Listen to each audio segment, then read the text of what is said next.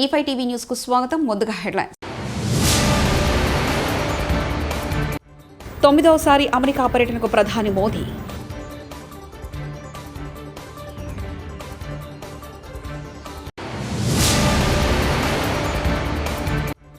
BJP వాళ్లకు సగం తెలుసు, సగం తెలీదు. జగన్ సంచలన వ్యాఖ్యలు.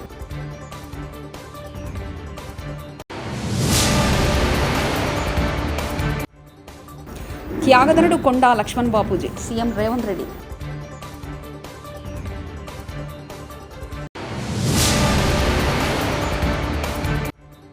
ఏచూరి సంస్కరణ సభలో కేటీఆర్ హాట్ కామెంట్స్.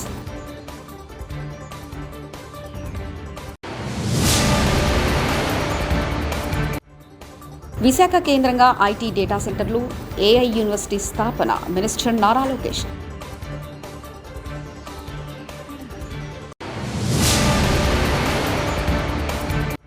ప్రసాదంలో ఏం కలుస్తుందోనన్న భయం భక్తుల్లో నెలకొంది. పీఠాధిపతులు. ప్రధాని నరేంద్ర మోదీ శనివారం తెల్లవారుజామున అమెరికా పర్యటనకు బయలుదేరారు. ఈ పర్యటనలో ప్రధాని మోదీ క్వాడ్ సమిట్లో పాల్గొంటారు. పలు ద్వైపాక్షిక సమావేశాల్లో ప్రధాని పాల్గొనున్నారు. ఈ పర్యటన ముందు ప్రధాని మోదీ ఇలా అన్నారు: ఈరోజు నేను అమెరికా అధ్యక్షుడు బైడెన్ స్వస్థలమైన విల్మింగ్టన్లో నిర్వహించే క్వాడ్ సమ్మిట్కి హాజరు కావాలని న్యూయార్క్లోని ఐక్యరాజ్యసమితి జనరల్ అసెంబ్లీ భవిష్యత్తు శిఖరాగ్ర సమావేశంలో ప్రసంగించడానికి ఎదురు చూస్తున్నారు. ఈ క్రమంలో 3 రోజుల అమెరికా పర్యటనకు వెళ్తున్నారు. క్వాడ్ సమ్మిట్లో నా సహచరులు ప్రెసిడెంట్ బైడెన్, ప్రధానమంత్రి అల్బనీస్, ప్రైమ్ మినిస్టర్ కిషిడాతో సహా పలువురిని కలుస్తారంటూ ఆయన చెప్పుకొచ్చారు. భారతీయ జనతా పార్టీపై జగన్ సంచలన వ్యాఖ్యలు చేశారు. బీజేపీ వాళ్లకు సగం తెలుసు, సగం తెలీదు. కేంద్ర సీనియర్ మంత్రుల ప్రతినిధులు తిరుమల తిరుపతి దేవస్థాన బోర్డులో ఉన్నప్పుడు అక్కడ ప్రాసెస్ తెలీదా? కనుక్కోమనండి. వాళ్ళకి తెలియకపోతే నిజంగానే భాజపా వాళ్ళు హిందువుల ప్రతినిధులైతే, నిజంగానే వాళ్ళు మనుషులైతే చంద్రబాబును కడిగి పారేయాలి. పూర్తిగా అబద్ధాల మనిషి, మోసాల మనిషి. ఇవన్నీ నేను చెప్పినటివన్నీ వాస్తవాలు అయినప్పుడు టీటీడీ బోర్డులో కూడా ఇదే బీజేపీ పార్టీకి సంబంధించిన సీనియర్ మంత్రులకు సంబంధించిన రిప్రజెంటేటివ్స్ కూడా బోర్డులో సభ్యులుగా ఉన్నప్పుడు ఈ ప్రొసీజరు, ఈ ప్రాసెస్ అనేది వాళ్ళకి తెలియదా? కనుక్కోమని. తెలియకపోతే కనుక్కోమని చెప్పండి. కనుక్కొని తప్పు చంద్రబాబు నాయుడు అనే వ్యక్తి ఈ మాదిరిగా దుష్ప్రచారం చేసి ఉంటే, చంద్రబాబు నాయుడు అనే వ్యక్తి మీద అక్షింతలు వేసే ధైర్యం ఈ బీజేపీ పార్టీకి ఉందని నేను అడుగుతాను. నిజంగానే వాళ్ళలో చిత్తశుద్ధి ఉంటే, నిజంగానే వాళ్ళ హిందువుల రిప్రజెంటేటివ్ కింద వాళ్ళు నిజంగానే నిజంగా వాళ్ళ మనుషులైతే, సిన్సియర్ మనుషులైతే చంద్రబాబు నాయుడు తిట్టాలి, చంద్రబాబు నాయుడును అక్షింతలు వేయాలి. ఇంత దుర్మార్గం చేయడం ధర్మమేనా చంద్రబాబు అని చెప్పి చంద్రబాబు నాయుడును గట్టి కడగాలి. నిజంగానే వాళ్ళలో సిన్సియారిటీ ఉంటే చేయమని చెప్పండి.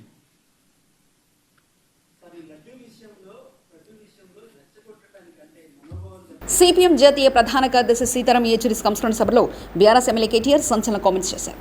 సీతారాం ఏచూరి గొప్పతనాన్ని కీర్తించారు. ఉద్యమం నుంచి వచ్చిన బిడ్డలుగా ఏచూరితో మా బంధం రక్త సంబంధమని అన్నారు. నమ్మిన సిద్ధాంతం కోసం ఆఖరి వరకు పోరాడిన ఏచూరి జీవితం తమలాంటి వారికి ఆదర్శమని పేర్కొన్నారు. ఎప్పుడు కండవా మార్చుతారో తెలియని కాలంలో సీతారాం ఏచూరి జీవితం స్ఫూర్తిదాయకమన్నారు. ఫిరాయింపుల కాలంలో పదవుల కోసం కాకుండా సిద్ధాంతం కోసం పనిచేసిన గొప్ప నాయకుడు సీతారాం ఏచూరి అని కీర్తించారు. తిట్లు, బూతులు చలామణి అవుతున్న ప్రస్తుత రాజకీయాల్లో ఏచూరి రాజకీయ జీవితం ప్రతి ఒక్కరికి స్ఫూర్తిదాయకమన్నారు. పదవుల చుట్టూ పరిభ్రమించే ఈనాటి రాజకీయాల్లో మరి స్థిరంగా సిద్ధాంతం చుట్టూ నిలబడ్డ నిబద్ధత ఉన్న నాయకుడు గౌరవనీయులు శ్రీ సీతారాం ఏచూరి గారు. ఎప్పుడు ఏ కండువా మారుస్తారో తెలియని ఫిరాయింపుల ఈ కలలో కడదాకా కమ్యూనిస్టుగా బతికిన ఆదర్శ నేత. వైసీపీ 5 ఏళ్ల పాలనలో ఆలయాలను ఆదాయ వనరులుగా మార్చుకుందా? నాయకుల జేబులను నింపుకోవడానికి ప్రసాదీల తయారీలో మోసాలకు పాల్పడిందా అంటే అవుననే సమాధానం ఇస్తుంది. భక్తుల విశ్వాసాలను పరంగా పెట్టి రాజకీయాలను చేసిందే. తిరుపతి లడ్డు వివాదంలో రాష్ట్రంలోని అన్ని ఆలయాల్లో ప్రసాదాల తయారీలో అవకతవకలు బయటకొస్తున్నాయి. అధికారం ఉందనే అహంకారంతో వైసీపీ నేతలు సాగించిన అరాచకాలు బయటపడుతున్నాయి. వైసీపీ నేతలు చెప్పడంతో ప్రసాదాల తయారీకి సరఫరా చేసే సరుకుల్లో తేడాలున్నా అధికారులు సైలెంట్ అయిపోయిన ఘటనలు వెలుగులోకి వస్తున్నాయి. ఆలయాల్లో భక్తుల సమస్యలు పట్టించుకోకపోవడం పక్కన పెట్టి సొంత జేబులు నింపుకోవడానికి వైసీపీ నేతలు ఆ పార్టీకి వంత పాడుతున్న అధికారులు 5 ఏళ్లు పనిచేస్తున్నట్లు తెలుస్తుంది. తిరుపతి లడ్డు వివాదం బయటకు రావడంతో ప్రజలు స్వచ్ఛందంగా ముందుకొచ్చి రాష్ట్రంలోని వివిధ ఆలయాల్లో అవకతవకలు అవకతవకలపై నోరు విప్పుతున్నారు. గత 5 ఏళ్లలో ఎప్పుడైనా ఈ విషయాన్ని బయటకు చెప్తామని ప్రయత్నించినా బెదిరించేవారని, దీంతో నోరు మెదపని పరిస్థితి నెలకొందని కొందరు వాపోతున్నారు. ఐఎస్బీ మోడల్తో ఏఐ యూనివర్సిటీ స్థాపనకు మా ప్రభుత్వం వర్కౌట్ చేస్తుంది. విశాఖ కేంద్రంగా ఐటీ డేటా సెంటర్, ఏఐ పెట్టుబడుల కోసం ప్రయత్నాలు చేస్తున్నారు. AI University is something that's very close to our Honorable Chief Minister's heart, and as the HRD Minister, I will deliver on this. This is designed keeping in mind the erstwhile ISB model. So we expect titans of industry to support us in this journey and actually run the institution. So government is good at policy making, giving land, and that's where we want to end our role and let industry run the curriculum, the direction, like how you've done amazingly well with ISB. As a state HRD minister, I'm looking at transforming our entire curriculum from KG to PG. It's very important to educate our children at a very young age, and if you launch them in the right direction, then the sky is the limit. So we are very conscious of that, and that's exactly what I am going to do. As far as IT electronics, yes, Andhra Pradesh has missed the Y2K advantage because we were a combined state, and back then Hyderabad was the singular focus. As far as IT investments, the data center investments, AI investments, our focus area is going to be Visakhapatnam. No second thoughts about it. And we will not miss this bus. So next 6 months, you will hear a lot of announcements coming about as far as data centers and the entire AI, harnessing the data center energy through AI. ఈరోజు TDP కేంద్ర కార్యాలయంలో ప్రజల సమస్యలు తెలుసుకుని పరిష్కరిస్తున్న గౌరవనీయులు ముఖ్యమంత్రి చంద్రబాబు నాయుడు గారితో doctor Undavalli Sridevi, మాజీ ఎమ్మెల్యే, టీడీపీ రాష్ట్ర అధికార ప్రతినిధి, తెలుగుదేశం పార్టీ.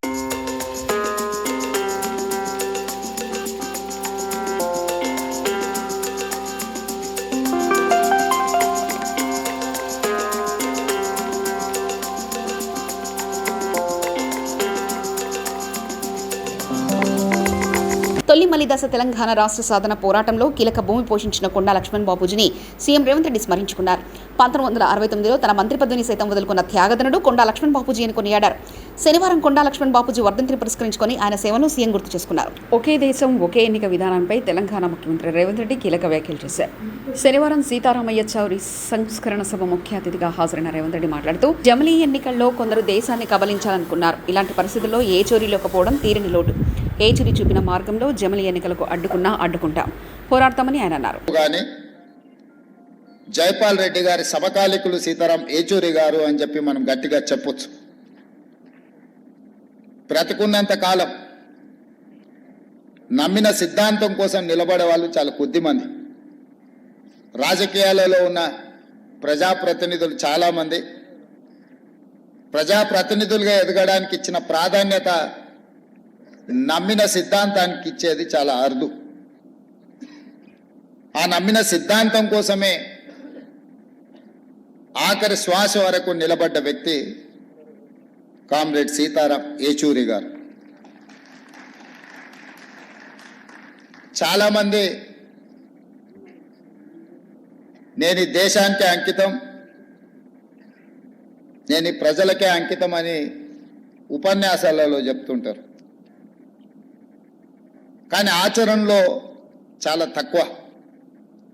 కానీ సీతారాం ఏచూరి గారు బ్రతికున్నంత కాలం ప్రజల పక్షాన నిలబడడమే కాదు, వారి మరణానంతరం కూడా వారి కుటుంబము, వారి పార్థివ దేహాన్ని ప్రజలకే ఇచ్చి ఇతరులకు వారు ఉపయోగపడాలనే విధంగా ఆదర్శంగా నిలబడ్డారు. అంటే నిజంగానే వారి దేశ పేద ప్రజలకు, ఈ దేశంలో అవసరం ఉన్న వాళ్ళ కోసం వారు అంకితమైనని చెప్పి మనం మాట్లాడుకోవచ్చు. ఈరోజు విలువలు, సిద్ధాంతాలు అంతరించిపోతున్న సందర్భంలో, చారిత్రాత్మకమైన సందర్భం, దేశం మీద భారతీయ జనతా పార్టీ లేదా భారతీయ జనతా పార్టీ లాంటి ఆలోచనలు ఉన్నవాళ్ళు అధికారం కోసం జమిలీ ఎన్నికల ముసుగులో ఈ దేశాన్ని కబలించాలనుకుంటున్నప్పుడు అత్యంత చారిత్రాత్మకమైన కీలకమైన సందర్భంలో సీతారాం ఏచూరి గారు లేకపోవడం ఈ దేశానికే తీరని నష్టము అని చెప్పి రాహుల్ గాంధీ గారు ఏ ఆలోచన ఏ మాట అయితే చెప్పినరో నేను 100% ఏకీభవిస్తున్నా. రాహుల్ గాంధీ గారికి, గాంధీ కుటుంబానికి సీతారాం ఏచూరి గారితో చాలా సన్నిహిత సంబంధాలు ఉన్నాయి. రాహుల్ గాంధీ గారు సీతారాం ఏచూరి గారిని ఒక ఫ్రెండ్గా, గైడ్గా, ఫిలాసఫర్గా, ఒక సిద్ధాంతకర్తగా బాగా ఇష్టపడతాడు. వారు చనిపోయినప్పుడు అమెరికాలో ఉన్న రాహుల్ గాంధీ గారు ఈ అంశాన్ని వారే మనందరికీ చెప్పడం జరిగింది. ఈరోజు దేశ రాజకీయాలలో యునైటెడ్ ఫ్రంట్ ఏర్పాటు చేసినప్పుడు జైపాల్ రెడ్డి గారితో పాటు సీతారాం ఏచూరి గారు అత్యంత కీలకమైన పాత్ర పోషించి జాతీయ రాజకీయాలలో ప్రజల పక్షాన నిలబడాలన్న ఆలోచన చేసినప్పుడు వారు బాధ్యతాయుతమైన బాధ్యతను నెరవేర్చి తిరుమల లడ్డుపై చంద్రబాబు నాయుడు మాట్లాడకుండా ఇతరులు మాట్లాడుంటే బాగుండేది.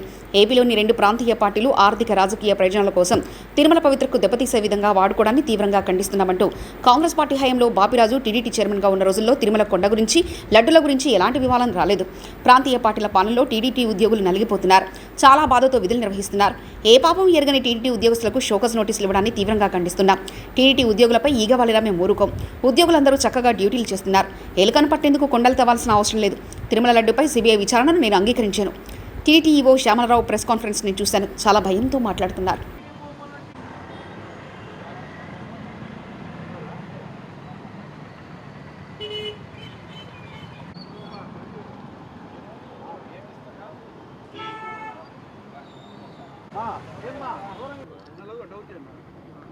వేల మంది టీటీడీ ఉద్యోగస్తులు నలిగిపోతున్నారు. వేల మంది తిరుమల తిరుపతి దేవస్థానం ఉద్యోగస్తులు నలిగిపోతున్నారు. ఈ రాజకీయాల్లో 2 ప్రాంతీయ పార్టీల మధ్య లడ్డూని ఒక ప్రాంతీయ పార్టీ ఆర్థిక ప్రయోజనాలకు వాడుకున్నది. లడ్డూని ఇంకొక ప్రాంతీయ పార్టీ రాజకీయ ప్రయోజనాలకు వాడుకుంటా ఉంది. ఇందులో రాజకీయాలు, ఆర్థిక ప్రయోజనాలు, స్వార్థ ఆర్థిక రాజకీయ ప్రయోజనాలు తప్ప తిరుపతి అభివృద్ధి కానీ, తిరుమల తిరుపతి దేవస్థానం ప్రతిష్ట కానీ వీటిని గురించి ఎవరు ఆలోచించడం లేదు. రాజకీయాలను గురించి ఆలోచిస్తున్నారు. మరి తిరుమల పవిత్రత దెబ్బతింటా ఉంది మీ రాజకీయాల మధ్యలో. తిరుమల తిరుపతి దేవస్థానంలో పనిచేస్తున్న పూణేలో డ్రైనేజ్ క్లీనింగ్ కోసం వచ్చి గుంతలో పడిపోయిన మున్సిపల్ కార్పొరేషన్ ట్యాంకర్ చాకచక్యంగా తప్పించుకున్న ట్యాంకర్ డ్రైవర్.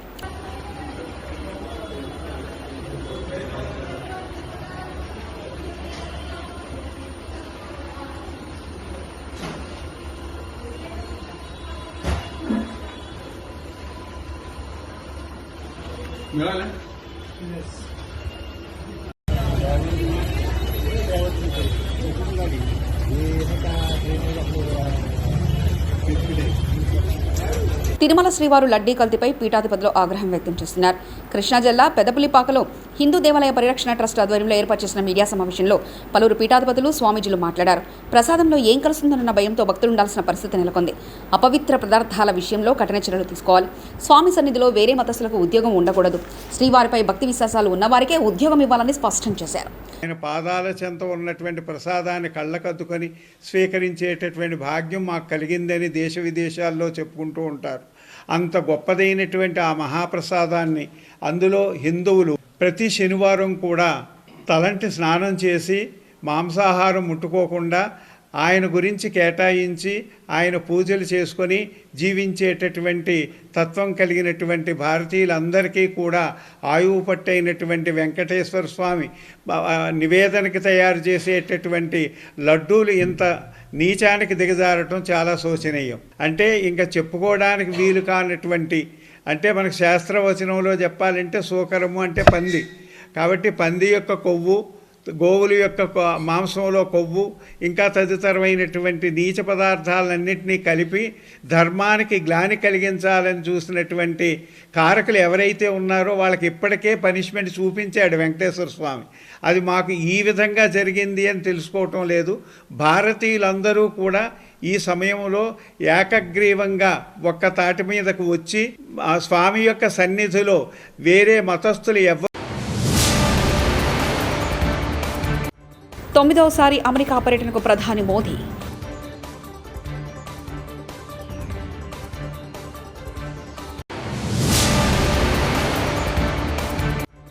బీజేపీ వాళ్లకు సగం తెలుసు, సగం తెలీదు. జగన్ సంచలన వ్యాఖ్యలు.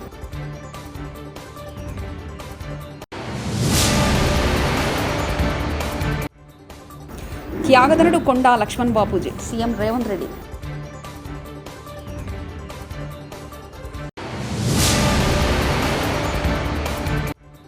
ఏజూరి సంస్కరణ సభలో కేటీఆర్ హాట్ కామెంట్స్.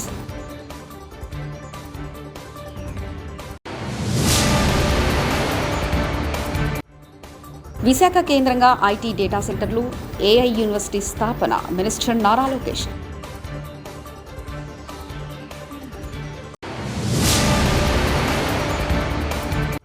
ప్రసాదంలో ఏం కలుస్తుందోనన్న భయం భక్తుల్లో నెలకొంది. పీఠాధిపతులు. ఇవి బులెటిన్ విశేషాలు. చూస్తూనే ఉండండి E5 టీవీ న్యూస్.